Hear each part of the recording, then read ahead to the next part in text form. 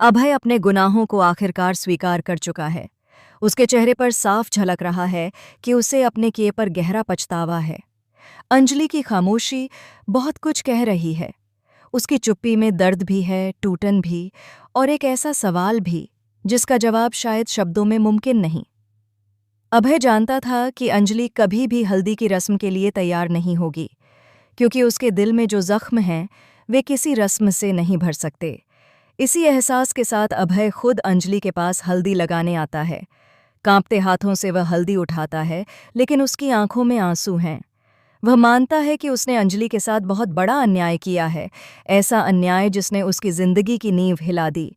अभय धीरे धीरे कहता है कि उसे अपने हर गुनाह का एहसास है। वह जानता है कि माफ़ी मांग लेने से सब कुछ ठीक नहीं हो सकता, लेकिन उसके पास पछतावे के अलावा और कुछ भी नहीं बचा। अंजलि कुछ नहीं कहती, मगर उसकी आंखें सब बयान कर देती हैं। वह अभय को देखती है, लेकिन उस नज़र में न तो नफरत है और न ही अपनापन, बस एक गहरी थकान है। इधर गिनी का दर्द आखिरकार फूट पड़ता है। वह खुद को रोक नहीं पाती और अभय पर बरस पड़ती है। वह कहती है कि अभय, अंजलि के साथ जो अन्याय हुआ वह तुम्हें आज दिख रहा है, लेकिन मेरे साथ जो तुमने किया वह तुम्हें कभी नज़र नहीं आया। मेरे जज्बात, मेरा भरोसा, मेरी जिंदगी सब कुचल दिया तुमने। अब इसका मुआवजा तुम्हें हर हाल में भुगतना पड़ेगा। उसकी आवाज़ में गुस्सा भी है और बरसों से दबा हुआ दर्द भी। अभय सिर झुकाकर कहता है कि तुम्हारी नाराज़गी मेरे खिलाफ बिल्कुल जायज़ है। मैंने जो किया उसके लिए कोई सफाई नहीं है। फिर वह अंजलि की ओर देखता है और कहता है, अंजलि, मुझे गलत मत समझना। मैं तुम्हारे करीब नहीं आऊँगा। मैं तुम्हारी मर्यादा और तुम्हारे दर्द की कद्र करता हूँ। मैं बस तुम्हारे साथ रहना चाहता हूँ, तुम्हारा सहारा बनकर, बिना किसी उम्मीद के। दूसरी तरफ गिनी दामोदर मौजूमदार से साफ साफ कह देती है कि आज ही उस घर की पोजीशन लेनी है। अब इंतज़ार नहीं होगा। मुझे अंजलि की लाश चाहिए और अभय की भी। वह गुस्से में कहती है कि अब उससे और बर्दाश्त नहीं हो रहा।